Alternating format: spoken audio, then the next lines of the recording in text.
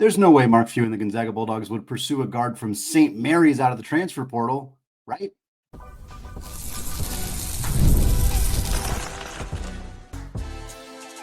You are Locked On Zags, your daily podcast on the Gonzaga Bulldogs. Part of the Locked On Podcast Network, your team every day. What is going on, y'all? Welcome into the Locked On Zags podcast, part of the Locked On Podcast Network, your team every day. I'm your host and longtime Gonzaga podcaster, Randy Patton, here to bring you news and updates on all things Zag athletics. Today's episode is brought to you by the Amazon Fire TV Stick 4K. Turn any TV into an Xbox, no console needed. Head to amazon.com/Fire TV Locked On to learn more. Well, Jun Suk Yeo found a new home in the transfer portal. We're going to talk about that. A Zag advanced in the NBA playoffs. We'll talk about that and some of the other Zags who are still playing in the playoffs. We're going to break it all down after a chat about St. Mary's guard Jordan Ross, who we spoke about earlier last week, or I guess, middle of last week.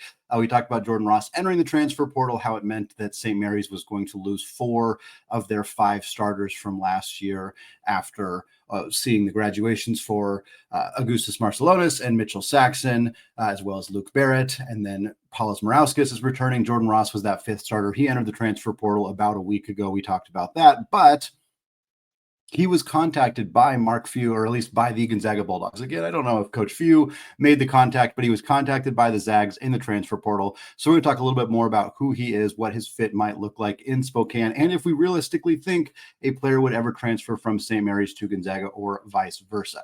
Ross is a 6'3" junior guard from Pleasant Grove, Utah. He went to Compass Prep High School in Arizona, the same high school as incoming freshman Davis Fogel, who started at Anacortes High School before transferring to Compass Prep. It's a basketball factory type high school that has a lot of premier talent, especially out on the West Coast. Ross was a 4-star guard ranked 91st in the 2023 recruiting class, according to 247 Sports. When he committed to St. Mary's, he had offers from Boise State, Oregon State, Washington State, SMU, Utah State, DePaul, a handful of other programs as well. Sounds like it kind of came down to Boise State and St. Mary's for Ross, who ultimately ended up going to Moraga to join the Gales. Didn't play much as a freshman, in part because the team, of course, had Aiden Mahaney in that second guard spot alongside Augustas Marciulionis in his first of 2 consecutive WCC Player of the Year honors. So Ross was coming off the bench. We've seen this development system at St. Mary's where their guards or their younger players don't get a lot of playing time, as Randy kind of rides the starters a lot, and then they kind of blossom into bigger roles as their career goes on. It's been very common to see guards who were seldom used early in their career blossom into really good players for the Gales down the line. As a freshman, again, Ross, only 6 minutes a game in 28 games, averaged barely over a point per game, just 14 of 31 on 2-pointers, just 2 of 12, 16% from 3, and just 3 of 11 from the free throw line. But as the tradition is, for Randy Bennett and the Gales, Ross jumped into a much bigger role as a sophomore, stepped into Aiden Mahaney's role after he transferred to UConn, started all 35 games for the Gales as a sophomore, played 27 minutes per game, averaged a little over 8 points, 3 boards, 2.5 assists in those 27 minutes per game. However, the three-point shooting still not there for Jordan Ross. We talked about this as kind of a larger issue for St. Mary's last year, in the sense that their team is so predicated on this slow pace and this good defense, but also in order to win games where you have way less possessions than many other teams in college basketball, you have to be very efficient with the scoring that you do. And we didn't really see that from St. Mary's this last year. And Jordan Ross was kind of part of the issue. He was a guy who shot under 30% on 3-pointers last year, 29.3 to be specific, on about 2.3 attempts per game. But he also wasn't an efficient 2-point scorer either, under 42% on his 2-point attempts. That was about 5.5 per game. So took a fair amount of shots, especially in that system, and just wasn't particularly effective. Wasn't even 69% from the free throw line either, 68.7 on 2.5 attempts per game. However, Ross was one of the better perimeter defenders in the WCC. He finished 8th in the conference in defensive win shares, 2nd in the conference in defensive box plus minus, 4th in the conference in defensive rating. He also had some real big games at times last year in a non-conference loss to Arizona State. Ross dropped 19 points with 7 boards, 4 assists, went 4 of 5 from 3. He also really showed up when St. Mary's needed a win over Vanderbilt to advance in the NCAA tournament. They were down at halftime, but Ross had a big second half, ended up finishing that game with 15 points, 3 boards, 3 assists, and 3 blocks, shot 6 of 11 from the field to lead the Gales to a win over the Commodores and a chance to play in the second round of the NCAA tournament, where they eventually lost to Alabama. This is per Sam Kaiser of 247 High School Hoops on Twitter. It's about a week ago that he posted this, indicating who had reached out to Jordan Ross. That's where we saw Gonzaga's name included in the Jordan Ross conversation, alongside the University of Washington, Mississippi State, Clemson, Iowa, Vanderbilt.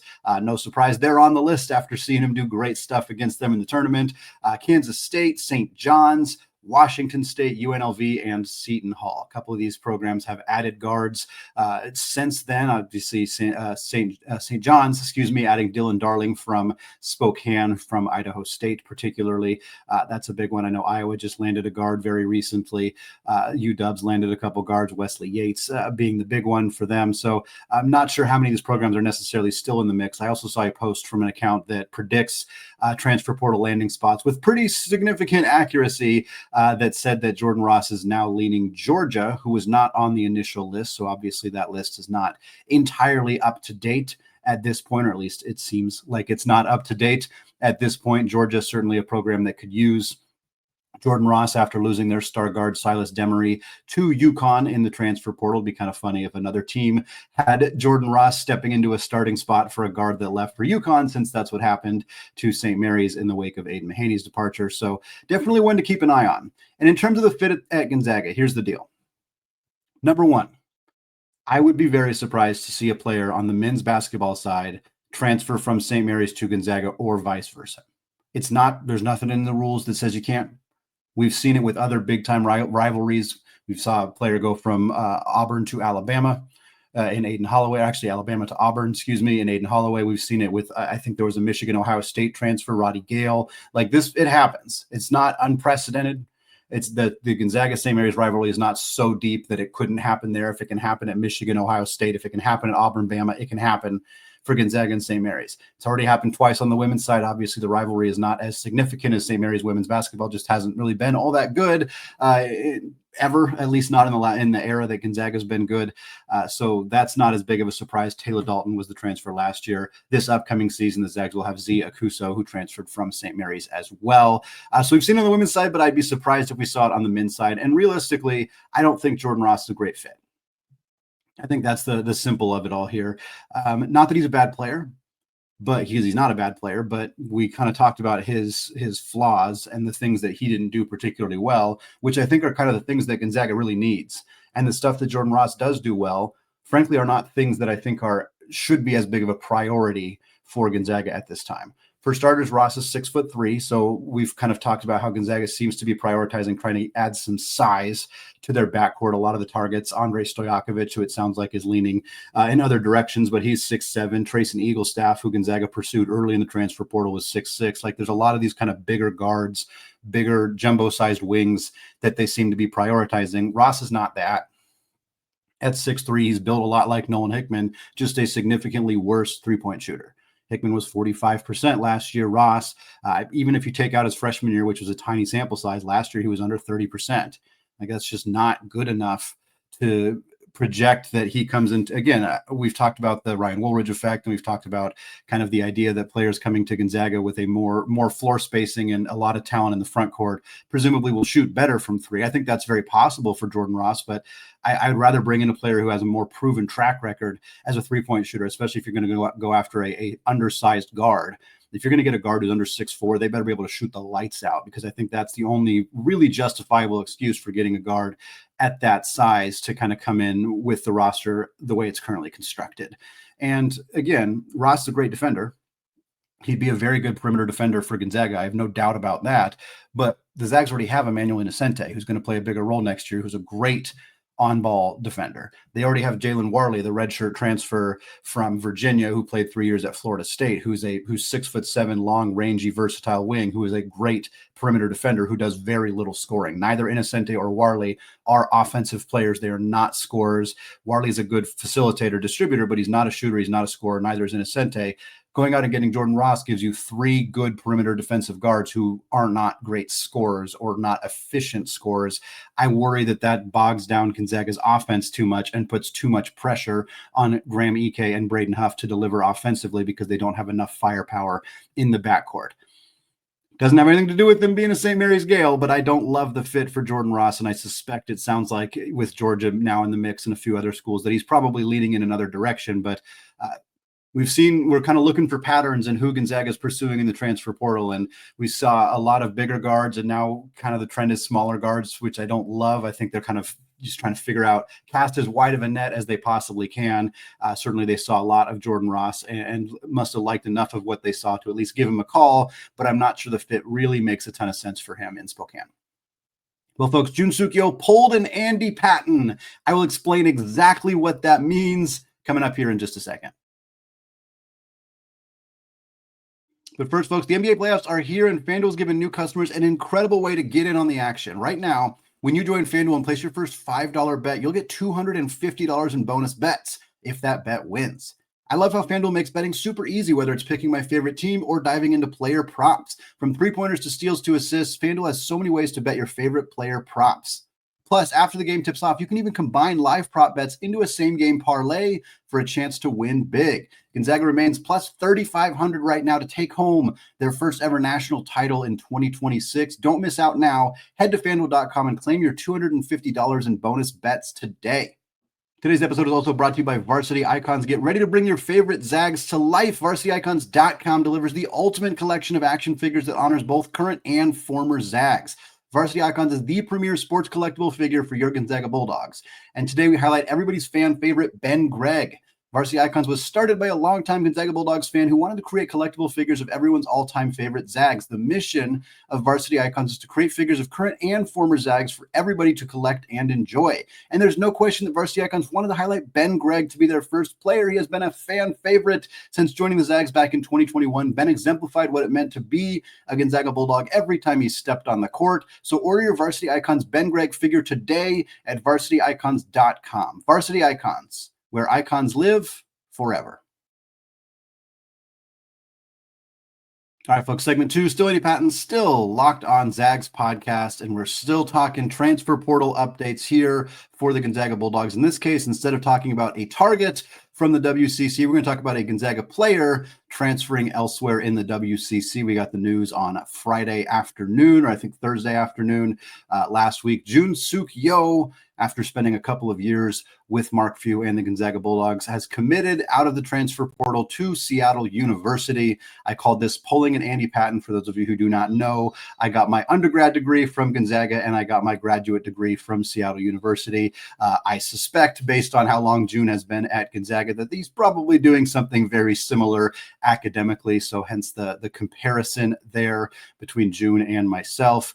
Seattle U, of course, joining the WCC this season. It'll be the only year that Gonzaga and Seattle U overlap in the conference before Gonzaga, of course, moves to the new look Pac-12 in the 2026-27 season. But this means that Jun will get a chance to face his old team, Gonzaga, at least once. We have not seen the WCC schedule come out yet. I have a feeling Seattle U and Gonzaga will play each other twice in the regular season. Would be somewhat surprised if they matched up against each other in the WCC tournament, although you never know what will happen there. But they'll get a chance to face each other at least once. And I think twice. I think that road game for Gonzaga, and I say road game in parentheses or in air quotes, because that game will be at Climate Pledge Arena, which will very likely feel like a home game for Gonzaga. So I think that they'll probably end up playing him twice because of that.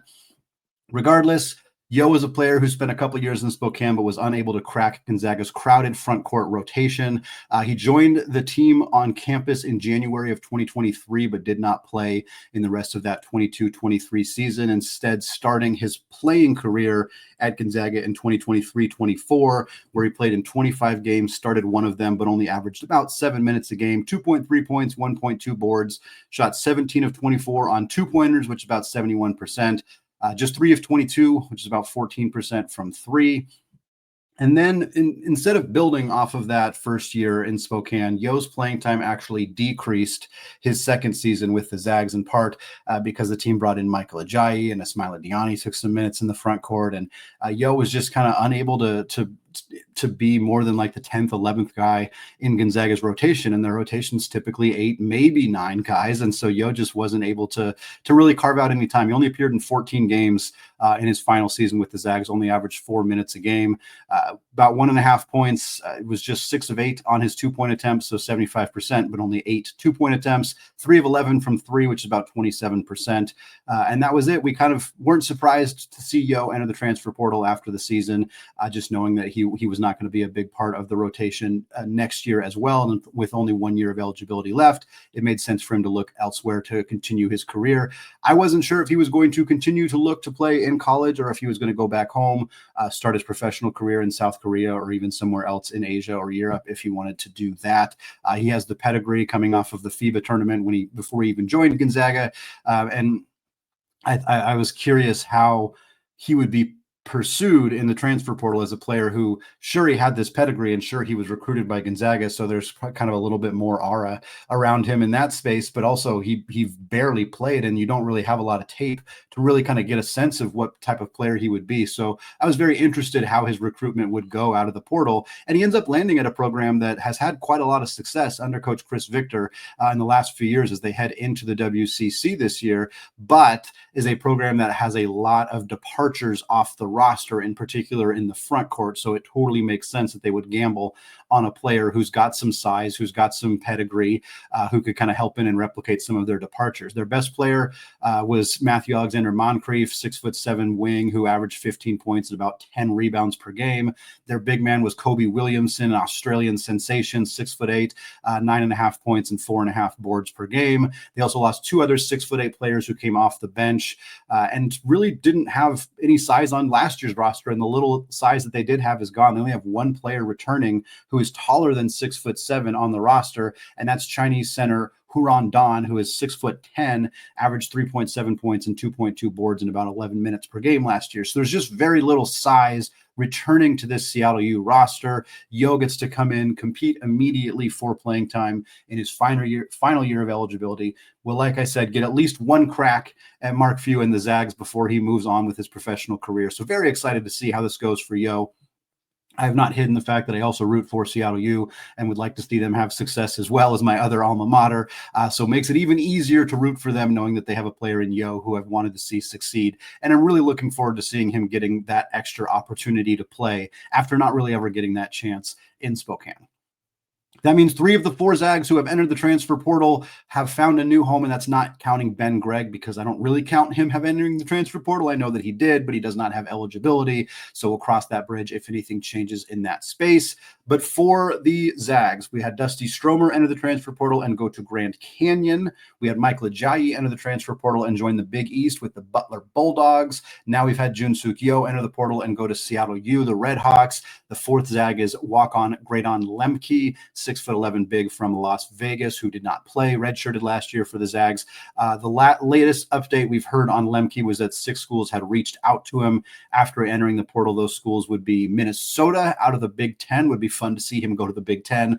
Northern Arizona, where Gary Bell is the associate head coach. Tarleton State would be a year late trade between Emmanuel Innocente and Graydon Lemke. Elon, Montana State, and Central Arkansas are the final 3 there. Doesn't mean that Lemke is going to end up at one of those 6 schools, but that's what we know right now are schools that have reached out to the big fella since he entered the portal.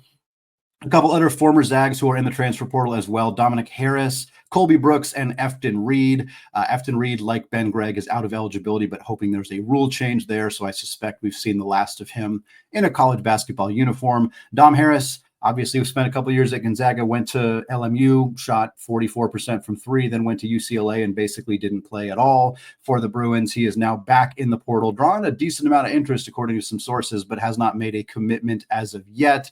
Colby Brooks transferred to San Diego, barely played for the Toreros, averaged about 2.5 points, 2.3 boards, something like that. So I'm really interested to see what happens with Colby Brooks. Does he transfer to another conference?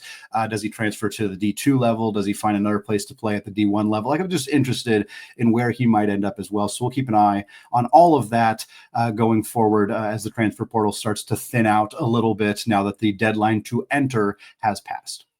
Well, folks, Chet Holmgren and the Oklahoma City Thunder have advanced in the NBA playoffs. While he made history, we're going to talk about that and the other Zags still in the NBA playoffs coming up here in just a second. But first, folks, there's nothing like the atmosphere of an NBA playoff game. Every bucket, every defensive stop, every moment feels huge. It's electric in the arena, and with Gametime, you can be part of it without the stress of last-minute ticket hunting. Gametime makes it fast and easy to get playoff tickets, even when demand is sky high and prices on the app actually go down as you get closer to tip-off. And here's why I use Gametime. Save up to 60% by buying last-minute tickets for sports, concerts, comedy, theater shows, and more. Plus, their all-in pricing means no surprise fees at checkout. What you see, that's what you pay. We'll talk about all the Zags in the playoffs, but Julian Strouthford and the Denver Nuggets, they're hosting the Clippers of Los Angeles in Game 5 on Tuesday in Denver. Tickets, you can get in the door for just $98 at Gametime. So if you're in the Denver area, it might be worth checking out. Take the guesswork out of buying tickets by using Gametime. Download the Gametime app now, create an account, and use code LOCKEDONCollege for $20 off your first purchase. Again, create an account, redeem code LOCKEDONCollege for $20 off. Terms apply. Download Gametime today. Last-minute tickets, lowest prices, guaranteed. All right, folks, segment 3, still Andy Patton, still Locked On Zags podcast. Closing out the show, talking about our Zags in the NBA playoffs, starting with Chet Holmgren and the Thunder of Oklahoma City, who have advanced. First team to advance in the playoffs after a clean 4-0 sweep of the Memphis Grizzlies, culminating in a win on Saturday. Chet, in those 4 games for Oklahoma City, averaged 18.5 points, 7.8 rebounds, 2.8 blocks, shot over 42% from the three. Just prolific stuff from Holmgren, who missed so much of the regular season with that hip injury, who obviously missed his entire rookie season. When he's been on the floor, he has been absolutely incredible, and now getting a chance to make his mark in the playoffs. In Game 2 of this series, Chet had 20 points, 11 rebounds, and 5 blocks. That meant he became the 5th player in the history of the NBA at age 23 or younger to record a 20-point, 10-rebound, 5-block game in the NBA playoffs. The only other players who have done that before the age of 23 are Shaquille O'Neal, Dwight Howard, Hakeem Olajuwon, and Amari Stoudemire. That's 3 Hall of Famers, and one probably should be Hall of Famer in Stoudemire. So really elite company for Chet Holmgren at this point. The Thunder will face the winner of the series between the Denver Nuggets and the Los Angeles Clippers. That series currently tied 2-2. We'll talk about that in a second. Meanwhile, for the Memphis side, the Brandon Clark side specifically, he's been out with a PCL strain since late March, so he did not participate in this playoff series for the Grizzlies. He's on the road to recovery, but obviously a player who's dealt with significant injuries, unfortunately, throughout his professional basketball career. He signed an extension with Memphis not too long ago, so I don't think he's going anywhere. I don't think it's a very tradable contract for Memphis, and I think they like the performance they get from him when he's on the floor. Unfortunately, just been difficult for him to stay on the floor throughout his career. Other Zags in the NBA playoffs, we'll start with Andrew Nembhard, who's been excellent so far for the Indiana Pacers. They are up 2-1 in their series against the Milwaukee Bucks as I record this on Sunday afternoon prior to Game 4, which is starting at 6:30 p.m. on Sunday. So if you're listening to this on YouTube before that game, if you're not, then we'll have a result for that game. But so far in those 3 games that Nembhard has played at this point, he's averaging 13.3 points, 5.3 assists, 2.7 boards, 54.5% on 2-pointers, 44% from 3. He's been outstanding. He was outstanding last year in the playoffs when Indiana went all the way to the Eastern Conference Finals before losing to Boston. When Nembhard had to step into a bigger role because Tyrese Halliburton was out with an injury, Nembhard was incredible. He remains a very clutch, very, very high-level performer in games that really matter, and it's fun to see him having that success with the Pacers. Next up is Rui Hachimura. Rui playing for the Lakers against the Minnesota Timberwolves. Right now, the Lakers are down in that series 2-1. I'm recording this during game 4, which the Lakers are leading as I'm recording this. Rui averaging 9.3 points, about 5 boards, a little over 1 assist per game, shooting 38.5% from 3. Started every game for the Lakers this year, a key part of that team alongside, of course, LeBron James and Luka Doncic. Very fun to see him getting the opportunity to play with some superstars and filling his role quite valuable. Julian Strawther for the Denver Nuggets in that series against the Los Angeles Clippers, their next game. It's 2-2 right now. Game 5 is on Tuesday at 7 p.m. Pacific time in Denver. Strawther's only played in one game. He played 11 minutes in a blowout loss to the Clippers, had 3 fouls, a board, and a block.